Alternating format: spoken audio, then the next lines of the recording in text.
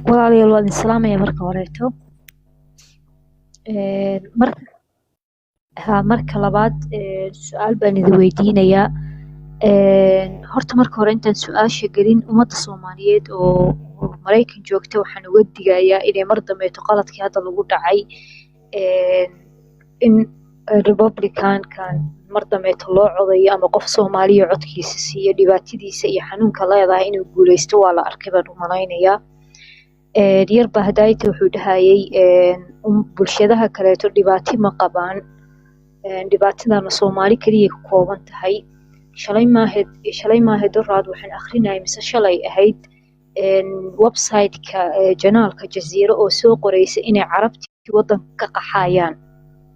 Okay, ayagu heerkaasay gaareen inay wadankii xataa kuwii baasaboorada haysta kuwii sharciyada haysta inay wadanka ka baxaan oo faamilyo dhan ay guuraan, hadday Michigan tahay, hadday Minnesota tahay. Carabti joogay, carabta in badanna waa dadkii u niikinayay, especially Ciraaqiyiinta waa dadkii ololihii Trump naag looyarada baa qayb ka ahayd oo haysata xataa dadkii ugu sarsareeyay oo haysta ololihiisa ahaa. Wuxuu ugu abaalguday inuu wadankeedii bil ka hor ku daray wadanada aan la soo geli karin. Ha la iska ilaaliyo mar dambeeto ummadda Soomaaliyeed inuu qof Soomaaliya codkiisa siiyey, bulshadana ha laga wacyigeliyo. Taaba marka hore idin sheegayaa. Marka labaad su-aashaan idin weydiinayo, isla shalay iyo doraad meel baan ka akhrinayay in uu Trump iyo kooxdiisu ay soo wadaan in ay xataa dabagalaan dadka baasaboorada haysta, qofkii dembi ay ku helaan inay baasaboorada ay Soomaalidu maxaa qaldan. In uu meel baan ka akhrinayay nin loo yarana wuu ka hadlay in dadka uu rabo Trump iyo kooxdiisa ay soo wadaan in dadka baasaboorada xataa laga qaado qofkii dembi gala. Nin loo yaraa dhahaya tan dad bulshooyin gaar ah buu rabaa inuu dhibaateeyo. Fani su-aashaan idin weydiinaya, anigu ma joogi Maraykan laakiin dad faamil ah baan ku leeyahay oo Ohio iyo meelahaas jooga, laakiin dadkaas sagaashanaadkii bay soo galeen, waa dad muwaadin ah oo baasaboorro haysta. Su-aashaan idin weydiinaya waxa weeye, sheekadaas ma maqasheen? Sheekadaa ma u socon kartaa gruubkan? dabcan anigu Maraykan ma joogi laakiin dadka faamilkayga oo jooga Ohio baasaboorro way haystaan. Su-aasha idin weydiinaya, ma awoodaan inay gruubkani dadka baasaboorradii haysta inay ka daba tagaan oo dhibaateeyaan? taas idin weydiinaya.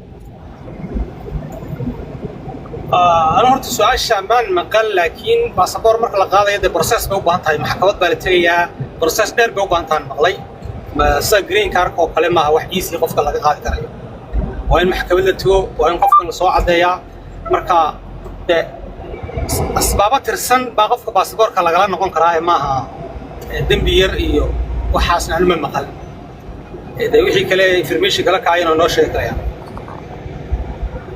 بيني wax baasaboor lagala noqon karo ma jirto, waayo baasaboor hal dambi ayaa lagala noqon karaa haddii Maraykanka aad macnaha xataa ma aha inaad lagugu soo eedeeyay guilty haddaad ku noqoto hal dambi. halka dambina kulay intaan aanu garanaya waa dambi argagixisonimo iyo wax saas oo kala, laakiin dambi inta ka baxsan lagaalama noqon karaya. waxaan denaturalization-ka wax ma aha qof intuu iska soo tooso uu dhihi karaya oo community-gaas aan kala noqono sharciga community-gan aan siino. marka halka dambi baa lagaala noqon karaa, halka dambina Soomaalidu uma badna. Okay walaalayaal, okay way idin salaamayaa. Bulshada Soomaaliyeed ka wacyigeli inaan Republican-ka mar dambeeto qof Soomaaliyeed codkiisa siin. taas important ah. way idin salaamayaa. waan baxay. السلام عليكم. وعليكم السلام. اوكي waxaan ahay yani dadkii 2024 qaxootiga ku soo galay intaanjin. marka yani waxaan rabaa inaan ogaado dadkii oo hadda Minnesota ma joogi, laakiin saan dadka arkay dadka siisana hal xiraya ama dadkii oo xilligii Biden imaadeen waraysiyaal ala marsiinaya la dhahay maxaa ku jiro?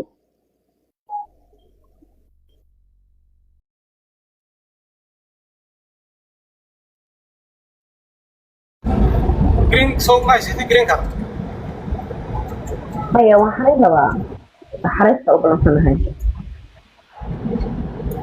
وأضواء حرستم يا ما حرينين أنا محايا وحاي مع دمات في لو ذكر لكن أفرسي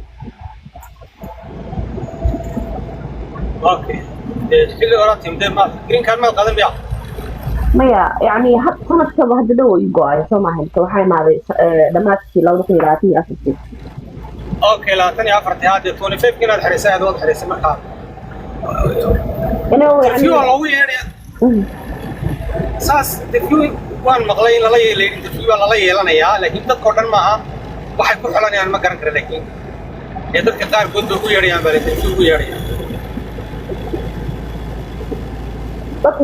يعني هدي لو ياش يعني dad oo interview يعني qof qolada yaashay ma jiro oo يعني aragteen interview loo yaashay hadii loo yaashay interview wuxuu yahay yaa markaa يعني مع interview sida immigration ku xidhan Soomaaliya مع interview ku dibana يعني maxay information kaysan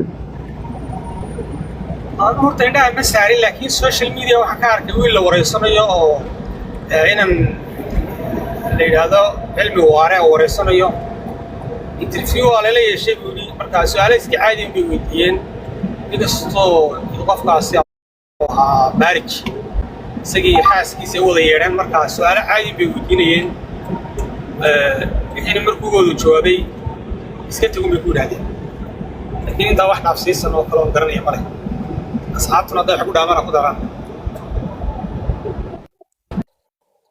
warniyo gabadha kolley interviewga waxa lagugu samayn karo waa uun laba shay kolley intaan labadaas shay waxa weeyaan kow horta in fraud ama wax isdabamaris adi inay faryar ku soo gashay lacala lagaaga shakiyo oo aan badnayn talabaadna waa in national security threat aad macnaha ku tahay Mareykanka oo kale ama magacaaga oo kale laga shakiyo mararka qaar magacyo kale waxa jira kaagu la siman yahay dad la raadinayo kala marka waa xaqiijin camal weeyaan marka qof laakiin loo diiday oo lagu yiri interview baan kula yeelanaynaa labaad ee soo noqo wali ma arag marka su-aasha waxay tahay sida la sheegay yani lacagaha la jiro anaga Soomaali markaan nahay dadka yani oo wadankii jawaab badkareyna waan caawinaa dadkeena marka lacagaha yani qof oo yani sharci qaadan hadii lacagaha wadanka uu dirto ama cidii aad dilkiisa يعني waxa dhibaato ma ku yeesan kartaa أنا عليكم ما مقلع باي ما مقلع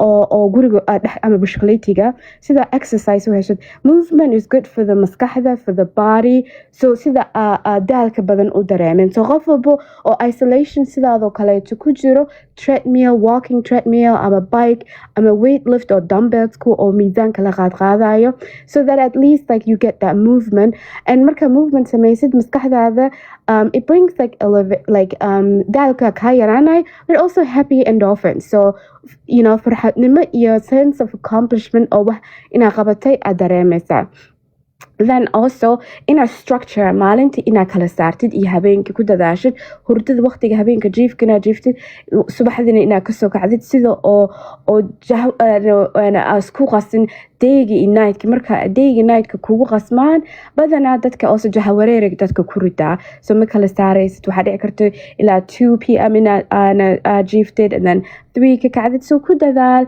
hurdo fiican oo waqtiga salaada subax u kacdid so that your day is like has that rhythm kasino ka dhumin and then mid kale is like darashada for you know darashada aariyada markay wajigaada kugu dhacdo that fresh air ha ahayd oxygen ka naqaska oo hawagadiska ah banaanka ma bixi kartid laakiin darashada daafurtid that's really good that sense of aariyada kugu dhacayso and then also marka aad dareentid that ana walwalka badan baraf soo qaado ama taalka baraf biyo qabow wajiga saaro and then tasbiix ama duco kobcayso, and then that way your walaaca iyo walwalka iyo anxiety way kaa yaraanaysaa qof walbo. This is like good for everyone, ma aha just qof oo meel ku xabisan oo keligiisa. Anybody markaad dareentid inaa high anxiety ama panic attack ama walwalkaada kor usoo kacayo, baraf soo qaado ama shukumaan biyo qabow ku shub ama maxaa ahayd darashada qabowga jiro furo.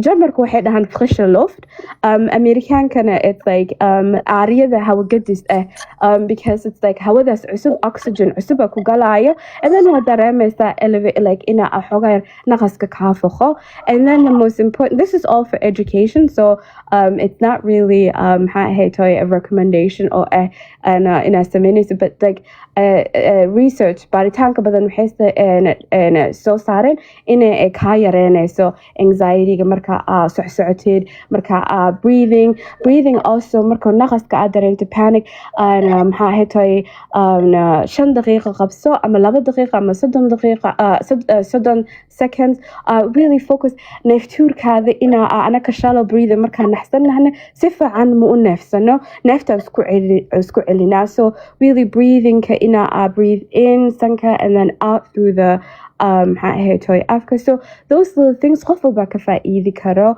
And then most important part also waxa waaye structure, ina maalintii subaxdii waxa qabanaysa galabtii. Also musalsalaad hadaa fiirsanaysa like bilow what shows anybody hadaa Netflix haysan hadaa wareyso saaxiibahada asxaabtaada yaa Netflix kula sheegare karo musalsal ina bilow like some musalsal ama also isku day like just ama like how many just iska dhameynaya, you know how to make productive waqtigaada sidoo waqtiga kugu badanin adiga ku caajisin, because marka a structure is something to do haysatid, or maybe cooking show or wax cusub ina ana cooking baratid or activity ama coloring ama art ama wax leh ina hobbies oo maskaxda ka mudadaalinayo oo walwalka also distracting ka sameeyna, because maanta dhan qol hada kaliga ku jirto isla hadlaysa qof walba isla hadlayo. Marka waxa waaye how are distracting or structure Assalamu alaikum warahmatullahi wabarakatuh. How are distracting usku sameyn lahayd. So yeah, that's it. Thank you. I'm mahadsantihiin. Okay, masha Allah. aniguna waxa laba kalmadood baan ugu